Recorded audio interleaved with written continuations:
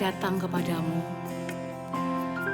Kami mau bersyukur karena semua yang sudah Engkau kerjakan dalam hidup kami. Dan kami menyadari bahwa hidup kami semua hanya karena anugerah-Mu. Kami datang menyembah-Mu ya Tuhan.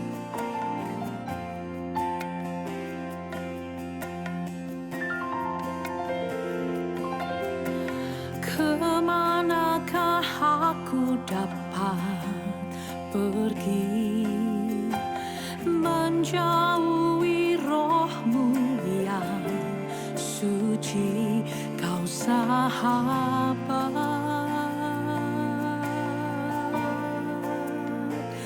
dan Kau dekat.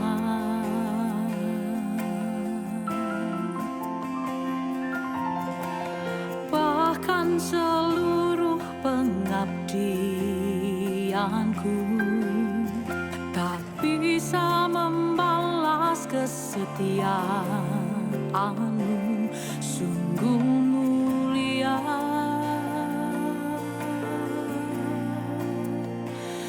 Dan berharga, sungguh besar pengorbanan-Mu bagiku, terlalu dalam untuk dimengerti. Sungguh besar, sungguh indah yang Kau pikirkan tentangku, tak terselami bagiku. Sungguh indah.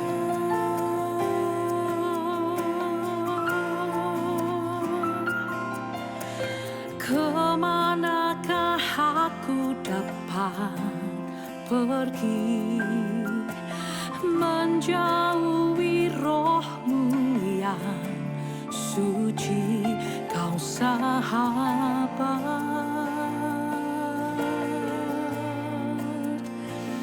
dan Kau dekat.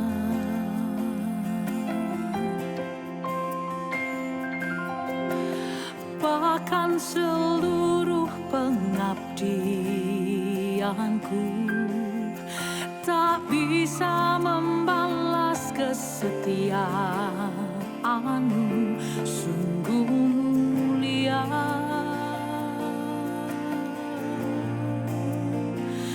Dan berharga,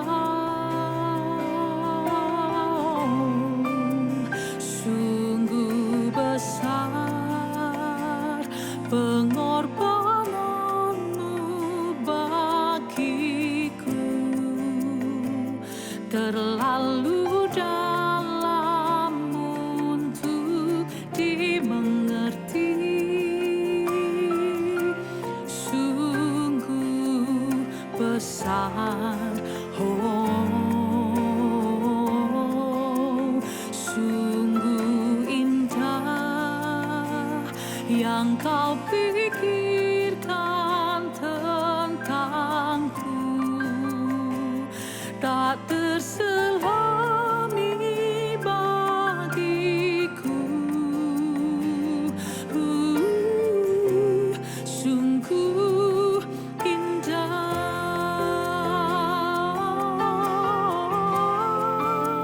sungguh besar pengorbanan-Mu bagiku,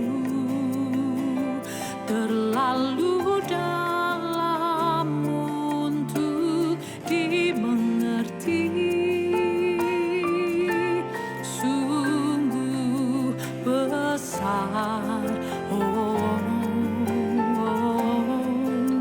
sungguh indah yang Kau pikirkan tentangku, tak terselami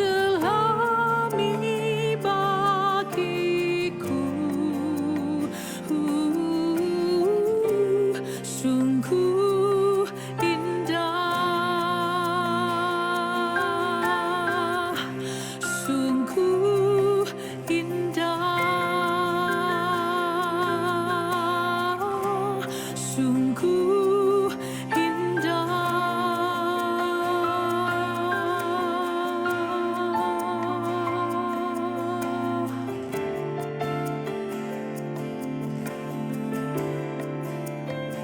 Dan Engkau menjadikan kami biji mata-Mu. Dan Engkau menjadikan kami berharga di hadapan-Mu. Dan kami mulia. Dan kami milik kepunyaan-Mu. Kami datang untuk menyembah.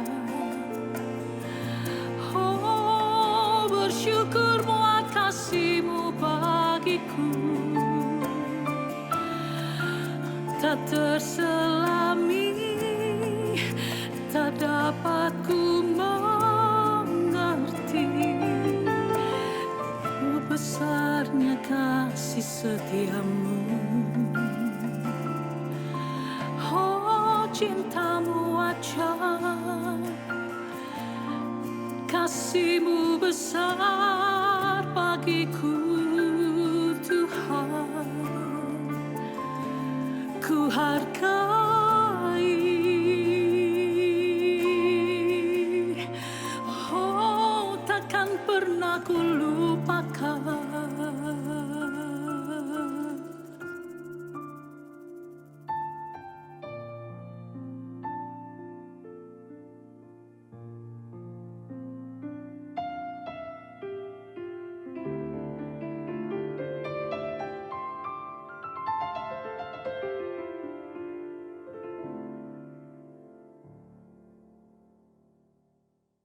Kami bersyukur Tuhan, kami berterima kasih untuk ibadah online service pada hari ini, tanggal 4 Oktober tahun 2020. Kalau kami masih diberi kesempatan untuk kami mendengar firman-Mu, itu adalah anugerah. Mari berbicaralah Tuhan. Hamba berdoa, karapasyekete karapata karapala. Dimanapun jemaat-Mu yang sekarang ini ada, di rumah masing-masing, di tempat dimanapun, Tuhan jamah setiap kami, untuk kami sepikiran dengan Tuhan. Hamba-Mu yang terbatas ini Tuhan urapi, sebab kalau Tuhan tidak mengurapi, hamba tidak mampu apa-apa. Hamba berdoa sementara firman-Mu disampaikan. Sembuhkan kami, kuatkan kami, bangkitkan terus kami Tuhan. Untuk kami tetap hidup di dalam kehendak Tuhan. Terima kasih, kami buka hati, bersuaralah secara profetik. Sekali lagi, kami membutuhkan firman Tuhan sebagai otoritas yang tertinggi. Dalam nama Tuhan Yesus, mari semua kita katakan, amin. Shalom, selamat pagi jemaat GSKI Betani, jemaat Nginden, jemaat Manyar, Sukomanunggal, Citraland, dan cabang-cabang sekitarnya. Kita bersyukur untuk ketemu lagi di ibadah online service hari ini, tanggal 4 Oktober tahun 2020. Ini adalah anugerah yang datangnya dari Tuhan. Nah, saya berterima kasih, tentunya bersyukur pada Tuhan, kita masih diberi waktu kesempatan untuk tetap kita ada di dalam kehendak-Nya. Terima kasih Pastor Aswin dengan semua diaken yang ada, saya berterima kasih untuk kepercayaan ini. Nah, tanpa menggurui atau tanpa merasa saya paling pinter, paling tahu enggak, saya datang tidak dengan hati seperti itu. Nah, mari kita kembali merenungkan firman Tuhan, apa yang kemudian firman mau untuk kita lakukan dan kita alami. Pertama kali, waktu Yesus diikuti oleh murid-murid, ya mereka ini notabene adalah awalnya murid-muridnya Yohanes Pembaptis. Ada 2 orang, yaitu Yohanes dan Andreas. Kita tahu ya, nanti kita akan baca di kitab Yohanes. Jadi waktu Yohanes Pembaptis berkata, lihat anak domba Allah penghapus dosa dunia. 2 orang muridnya kemudian ikuti Yesus. Nah ini dia. Mari kita lihat Yohanes pasal yang pertama. Ayat yang ke-38 dari Alkitab kita. Saya percaya nanti di screen akan ditampilkan. Tapi Bapak Ibu yang membawa Alkitab, coba kita lihat sama-sama. Ini adalah pertanyaan pertama yang Yesus lontarkan kepada murid-muridnya, ya, waktu mereka mengikuti Dia. Tetapi Yesus menoleh ke belakang, ya, ayat 38 dari Yohanes pasal pertama. Ya, Ia melihat bahwa mereka mengikut Dia, lalu berkata kepada mereka, apakah yang kamu cari? Kata mereka kepadanya, Rabi, artinya guru, di manakah engkau tinggal? Nah, ini adalah first question, pertanyaan pertama Yesus pada murid-muridnya. Hal yang sama Yesus bertanya pada kita sebetulnya. Kita ini cari apa sih selama kita hidup ini? Sebab gini, pertanyaan itu akan menunjukkan bahwa ada kepedulian Tuhan terhadap kita kan. Makanya kalau saudara orang bertanya sama kita, itu kita perlu hargai ya. Karena berarti orang itu peduli. Saya kalau ditanya Pak Rubin apa kabar? Apa yang bisa saya bantu untuk saya doakan pergumulan Bapak misalnya. Berarti orang itu peduli sama saya. Dan juga pertanyaan itu akan menciptakan itu kan, imajinasi untuk kita bisa menjawab bahwa iya, kita punya tujuan hidup benar. Ya, sebab ini ternyata kalau orang mencari sesuatu yang bukan semestinya, ya nanti hidup akan jadi sia-sia kan. Ya, ada orang dalam hidup ini hanya mencari misalnya uang terus atau mencari kedudukan, kekuasaan terus. Padahal sebetulnya yang hilang bukan itu kan. Ya, makanya buat saya tragedi kehidupan misalnya. Tragedi kehidupan ini adalah hidup tapi mati. Ya, sebenarnya kalau orang mati dalam Tuhan kan bukan tragedi, asal dalam Tuhan kan. Ya, justru akan berpindah kepada kemuliaan yang sesungguhnya. Tapi kalau orang hidup tapi mati sukacitanya, mati kemudian damai sejahteranya, pecah terus, ya itu tragedi kan. Ada berikutnya lagi tragedi misalnya adalah ini dia, orang sukses tapi dalam tugas yang salah, itu tragedi. Ada orang kaya misalnya, tapi ngorbanin orang lain. Ada orang misalnya sukses, tapi kemudian korupsi misalnya, itu tragedi. Makanya betul, kalau kita tidak kembali lagi bertanya ulang, ya seharusnya kan begini, kita itu bukan mencari apa kan, tapi kita mencari siapa. Ya, makanya carilah dahulu kerajaan Allah, itu berbicara tentang pemerintahannya Yesus kan. Kita harus cari dia, yang lain ditambahkan, apanya ditambahkan. Nah orang sekarang sukanya cari apa? Cari kedudukan, cari fasilitas, tapi tidak menemukan yang dia cari. Bahkan yang menyedihkan gini, orang mencari sesuatu yang sebetulnya bukan itu yang hilang. Ya, yang hilanglah yang harus kita cari. Nah, mari sinkron cara berpikir kita, termasuk saya dengan cara berpikirnya Tuhan. Pertanyaan yang sama. Saya ini cari apa sih dalam kehidupan? Dalam pelayanan seperti ini saya cari apa? Ya, saya berkeluarga cari apa? Saya hidup ini cari apa? Sebab kalau enggak nanti bisa sia-sia kan? Ya, kita bisa keluar dari rencana Tuhan. Nah, ada beberapa hal yang harusnya kita sinkron. Misalnya, ada orang datang kebaktian hanya cari berkat Tuhan. Ya oke, ya. Tapi begini, jangan hanya cari hadiah dari Tuhan. Sebab Tuhan lagi sibuk sebetulnya untuk mempersiapkan kita menjadi hadiah terbaik buat dunia ini. Sementara orang sibuk cari hadiah dari Tuhan, pasti Tuhan akan beri kita hadiah. Tapi Tuhan lagi sibuk untuk mempersiapkan kita menjadi hadiah buat orang di sekitar kita. Ya kan? Nah, ada beberapa hal yang harus kita cari seperti yang Tuhan mau. Yang pertama ini yang saya renungkan buat Bapak Ibu semua. Mari kita dalam hidup ini adalah cari perkenanan Tuhan. Ya, carilah perkenanan dari Tuhan. Sebab ini adalah kunci kekuatan kehidupan. Saya sadar kalau saya tidak mengalami perkenanan dari Tuhan, saya tidak akan kuat dalam kehidupan. Oh iya, iya. Makanya saya kadang-kala prihatin kalau orang sekarang misalnya berdebat doktrin, dogma. Saya berkata begini, Tuhan datang ke dunia bukan membawa, bukan menyodorkan pada kita hanya pengetahuan. Tapi lebih dari itu, yaitu kehidupan. Kehidupan jauh lebih penting daripada hanya sekedar pengetahuan. Orang boleh tahu banyak, tapi kalau nggak punya kehidupan buat apa? Ya, nah perkenanan Tuhanlah yang membuat kita akan kuat dalam kehidupan. Kalau Bapak Ibu membaca Matius 3 ayat 16, ya, ini adalah dalam konteks Yesus sebagai manusia. Kita kan tahu ya, kitab Injil Yohanes itu menyatakan Yesus sebagai anak Allah, ya. Kitab Injil Markus itu menyatakan Yesus sebagai anak manusia. Nah, kitab Injil Matius itu menyatakan Yesus sebagai hamba, doulos, ya. Dia turun jadi manusia. Jadi komplit ya, kitab Injil itu saling melengkapi. Ada yang menyatakan Yesus sebagai itu anak Allah, sebagai manusia, dan juga sebagai hamba yang melayani. Nah kalau kita lihat Matius pasal 3, Bapak Ibu coba lihat di ayat yang ke 16, Alkitab berkata begini, sesudah dibaptis, Yesus segera keluar dari air. Pada waktu itu juga langit terbuka, dan ia melihat Roh Allah seperti burung merpati turun ke atasnya. Lalu terdengarlah suara dari mana? Surga. Ini dari otoritas tertinggi, highest authority in our life. Ini otoritas tertinggi, bukan dari organisasi manusia loh, tapi dari otoritas tertinggi. Yang mengatakan begini, inilah anakku yang kukasihi, kepadanya lah aku berkenan. Coba, pertanyaan saya sederhana. Waktu Bapa berkata anakku itu aku berkenan padanya, aku kasih. Apakah Yesus sudah pelayanan? Belum Bapak Ibu. Belum. Ya kan?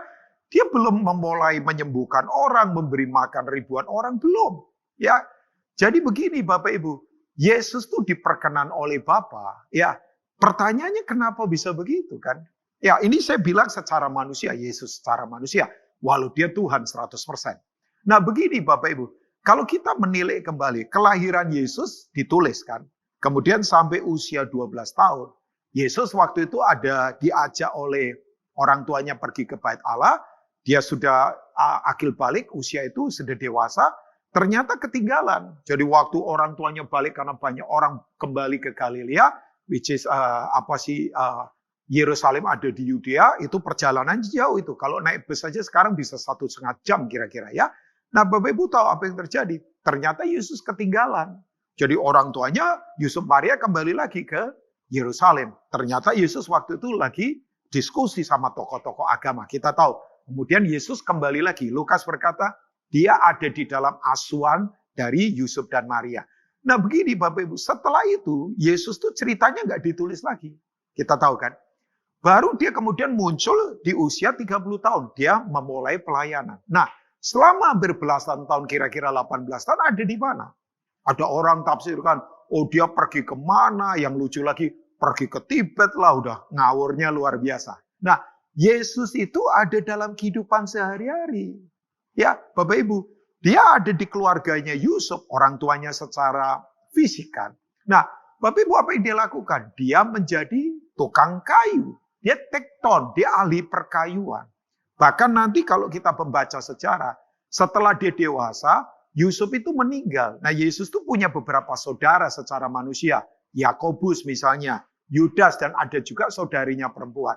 Jadi dia mengambil tanggung jawab sebagai pengganti papanya.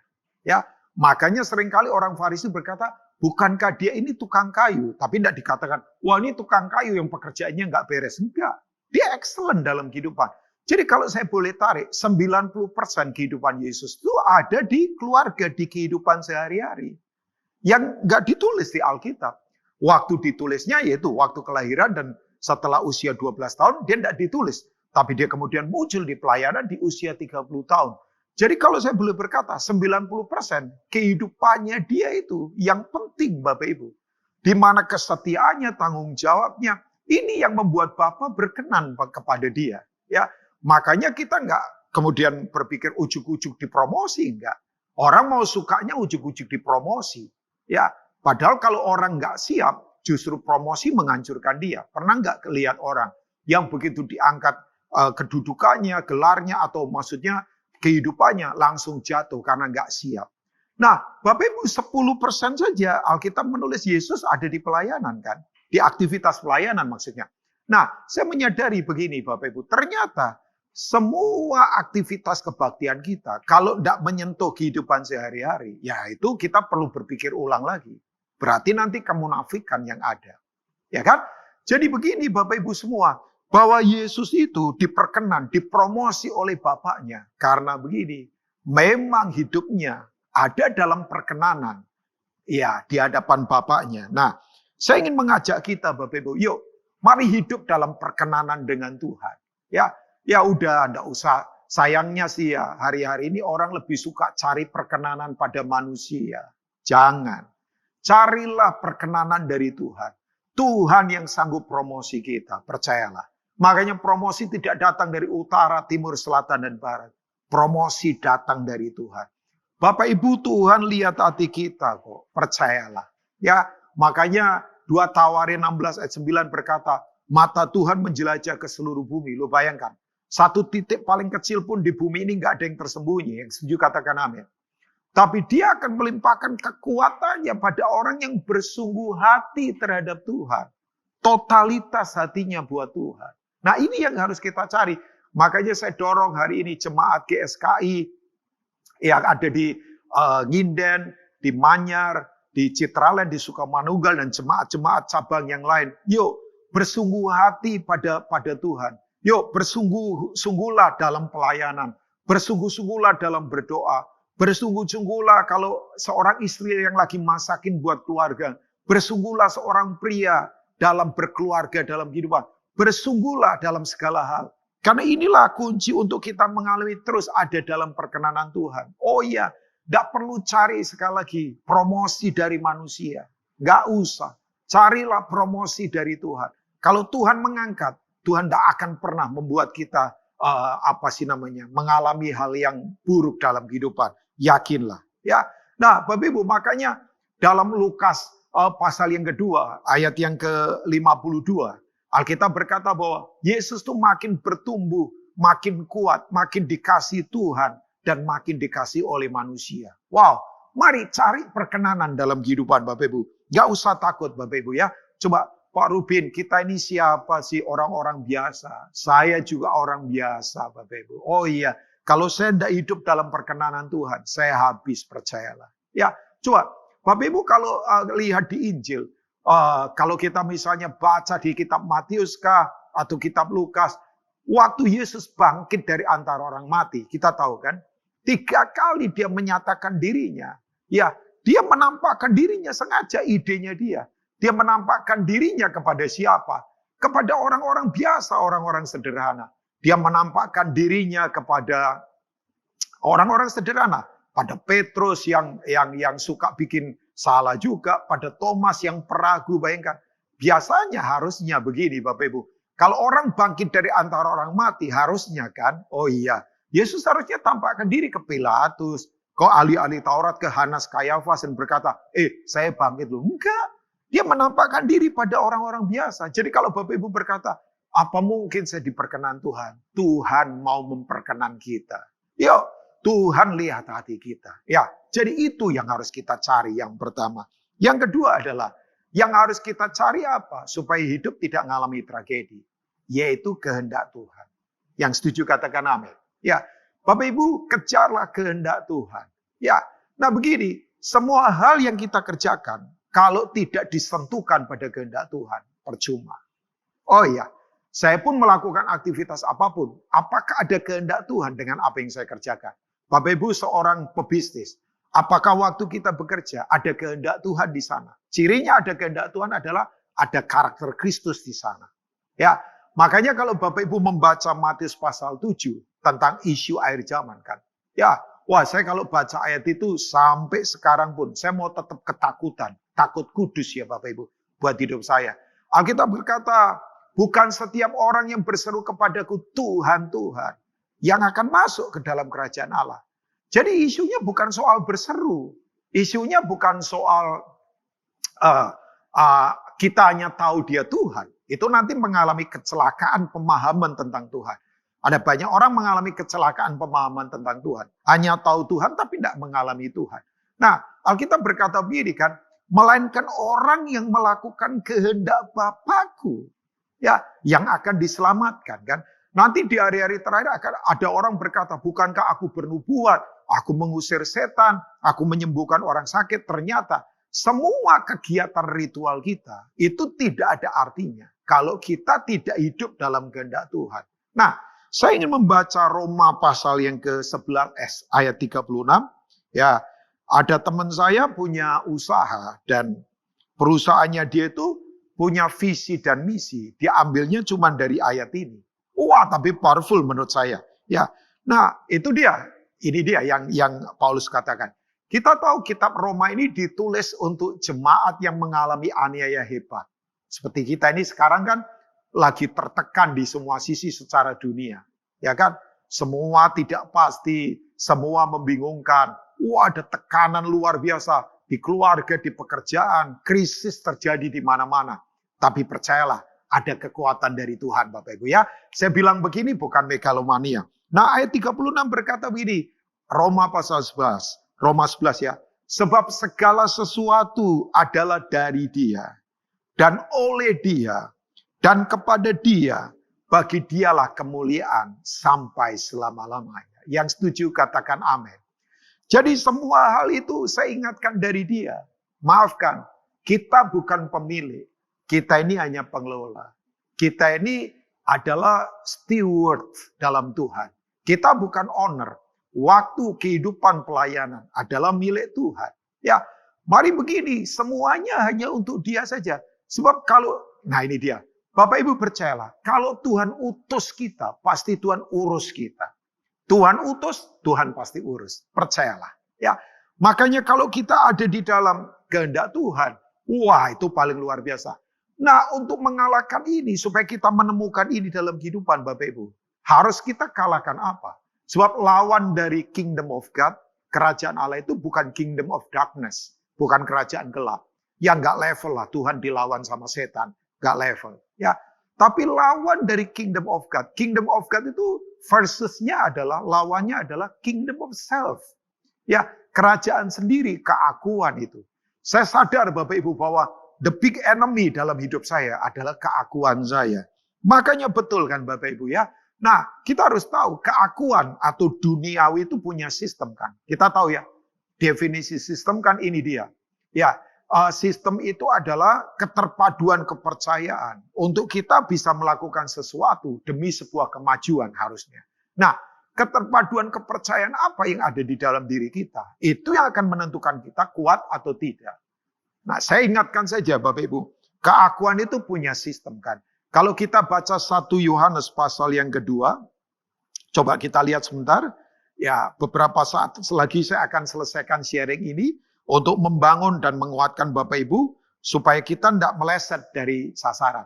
Sebab bahasa asli dosa, Bapak Ibu tahu ya, dosa itu kan berasal dari kata hamartia. Hamartia itu begini, meleset dari sasaran. Ya itu dosa. Berarti kita nggak menemukan yang seharusnya kita cari. 1 Yohanes pasal yang kedua ayat yang ke-16 berkata begini. Ya, ini jelas. Ya, sebab semua yang ada di dalam dunia ini adalah sistem manusia, keakuan. Bahasa lainnya kosmos. Kosmos itu bukan alat untuk menyimpan beras, ya, walaupun itu ada merek kosmos. Tapi ini sistem dunia, ya. Nah, sebab semua yang ada di dalam dunia, yaitu keinginan daging dan keinginan mata serta keangkuhan hidup, bukanlah dari Bapa, melainkan dari dunia. Jadi sistem manusia ada 3 keakuan. Keinginan mata, nggak pernah puas. Keinginan daging, wah, selalu pengennya. Kita tahu ya, ini kalau Bapak Ibu lihat tadi misalnya Paulus menulis pada jemaat Roma. Roma itu waktu itu pusat dunia. Wah, tapi itu Roma itu orientasi seksualnya ngeri. Kemudian pesta pora, glamor, sadis. Makanya Paulus itu sebetulnya nggak suka pergi ke Eropa. Tapi memang Tuhan suruh dia ke sana. Ya, itu dimulai dari waktu dia dipanggil di Makedonia kan. Itu sudah wilayah Europe, itu wilayah Eropa. Which is Eropa waktu itu pusat dunia. Jadi pertempurannya luar biasa Bapak Ibu. Nah, Alkitab berkata begini. Dan dunia ini sedang lenyap dengan keinginannya. Krisis sedang melenyapkan semua. Kalau kita hidup dalam keinginannya. Nyanya kecil, keinginan manusia. Tetapi orang yang melakukan kehendak Allah tetap hidup selama-lamanya. Yang percaya katakan amin. Tidak usah takut. Di mana ada kehendak Tuhan, kita akan mengalami hidup seperti Tuhan punya kualitas hidup. Jadi carilah kehendak Tuhan. Pertanyaan saya, waktu kita berbisnis, apakah ada kehendak Tuhan? Waktu kita pelayanan, apakah ada kehendak Tuhan? Apakah keakuan yang ada? Yuk kita bertanya ulang. Yang ketiga, saya akan tutup ya dengan ini. Mari kita cari ini dia. Rasa cukup dalam kehidupan. Yang membuat kita punya rasa puas. Harus ada contentment gitu ya. Harus ada rasa puas dalam kehidupan. Kita mesti putuskan bahwa kita punya rasa cukup dalam kehidupan. Nah, Bapak Ibu, 1 Timotius pasal 6. Saya akan cepat, saya akan selesai dengan ayat-ayat ini Bapak Ibu. 1 Timotius pasal yang ke-6, ayat yang ke-6 sampai ayat yang 10 ya, saya akan cepat sampaikan ini buat Bapak Ibu semua. Ini dia. Memang itu apa? Fakta yang tidak bisa dibantah. Misalnya, memang Ruben Ong itu ganteng. Itu bercanda. Ya, maksudnya begini, memang itu fakta yang tidak bisa dibantah ya. Ibadah itu kalau disertai rasa cukup, memberi keuntungan besar. Keuntungan besar di sini bukan hanya bicara soal uang, tapi karakter kita. Gampang bersyukur, punya gratefulness dalam kehidupan. Tidak gampang bitterness, tidak gampang kepahitan. Ya, sebab kita tidak membawa sesuatu apa ke dalam dunia dan kita pun tidak membawa apa-apa keluar. Saya ingatkan, kita tidak bawa apa-apa loh Bapak Ibu. Kita datang tidak bawa apa-apa, pulang juga tidak bawa apa-apa kan. Ya kan? Kita mesti menyadari pada sisi ini dalam kehidupan. Kalau kita tahu ini Bapak Ibu, wah kita sadar semua datang dari Tuhan saja ya. Nah, asal ada makanan dan pakaian cukuplah. Jadi rasa cukup itu standarnya Alkitab adalah asal ada makanan dan pakaian. Asal loh Bapak Ibu ya. Asal di sini bukan kemudian compang-camping sembarangan, bukan. Tapi bukan tidak asal. Kalau tidak asal itu berarti terlalu glamor. Ya, jadi begini, udah buat saya asal ada makanan dan pakaian cukuplah. Kalau lebih ya berkati orang lain. Itu saja kan sebetulnya ya. Nah, tetapi mereka yang ingin kaya terjatuh ke dalam pencobaan, ke dalam jerat, dan ke dalam berbagai-bagai nafsu yang hampa. Dan yang mencelakakan, yang menenggelamkan manusia ke dalam keruntuhan dan kebinasaan. Nah, saya ingatkan di ayat 9 ini. Kaya enggak apa-apa Bapak Ibu. Ya, Tuhan bukan anti kita kaya enggak, tapi tahu tujuan kan. Tapi yang ingin kaya itu, itu tuh. Kalau sudah ingin, bisa halalkan segala cara kan. Nah, ayat 10 berkata, karena akar segala kejahatan ialah cinta uang. Sebab oleh memburu uanglah beberapa orang telah menyimpang dari iman dan menyiksa dirinya dengan berbagai-bagai duka. Ya, jadi akar segala kejahatan bukan uang. Uang enggak masalah. Uang itu netral. Tapi cinta uang lah. Ya, artinya apa? Uang sudah dijadikan pribadi yang dia sembah. Ya, karena begini, pengharapannya sudah ke uang, bukan lagi ke Tuhan. Yuk Bapak Ibu, hari ini jemaat GSKI yang diberkati Tuhan, jemaat GSKI Betani yang ada di Nginden, di Manyar, di Sukomanunggal, di Citraland dan cabang-cabang lain. Ya, saya senang sekali karena saya juga kenal beberapa dari saudara. Saya dorong Bapak Ibu, yuk temukan, carilah rasa cukup dalam Tuhan. Sebab kalau orang punya tangki cukup Bapak Ibu, dia tidak selalu mengambil. Ya, orang itu Bapak Ibu kalau ketemu orang yang punya rasa puas, itu tandanya begini, tidak suka mengambil, sukanya selalu memberi dalam kehidupan.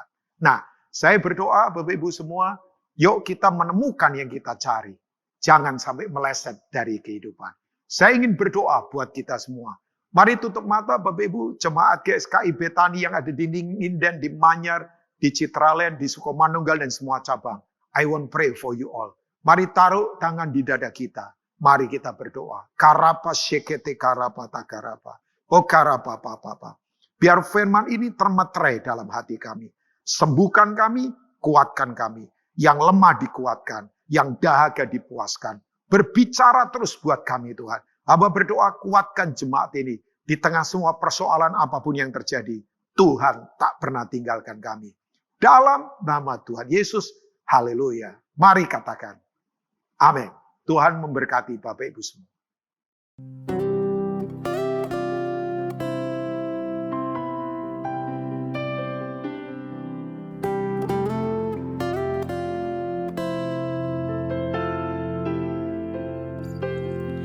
Tuhan, ku percaya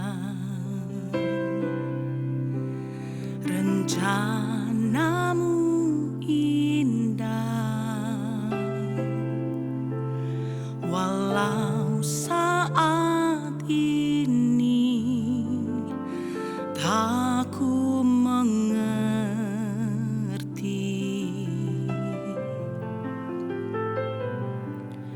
Engkau telah berfirman, kan beri masa depan, damai sejahtera, penuh harapan.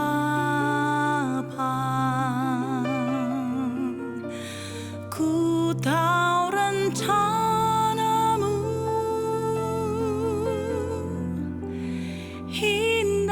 bagiku.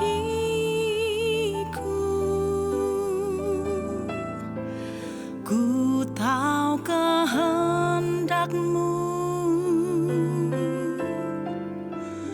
baik bagiku.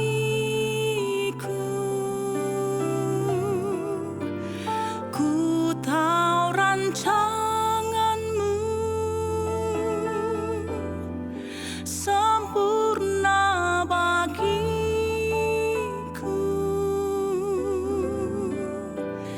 Ku tahu jalan-jalan-Mu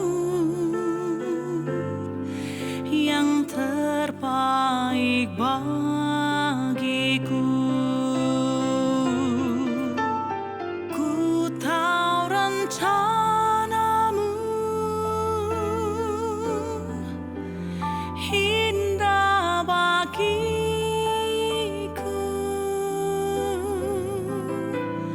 Ku tahu kehendak-Mu baik bagiku.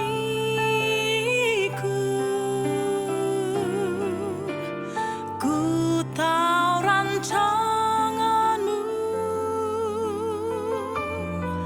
sempurna bagiku.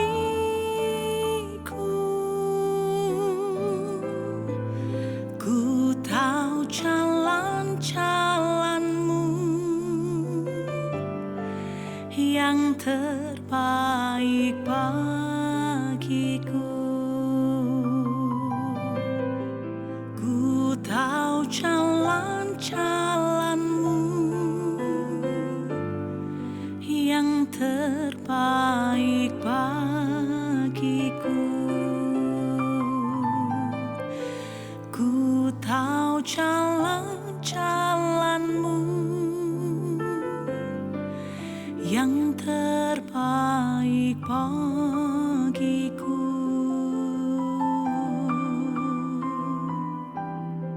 Sungguh rencana-Mu pasti yang terbaik bagiku. Tiada satu pun yang gagal di hidupku. Ada damai sejahtera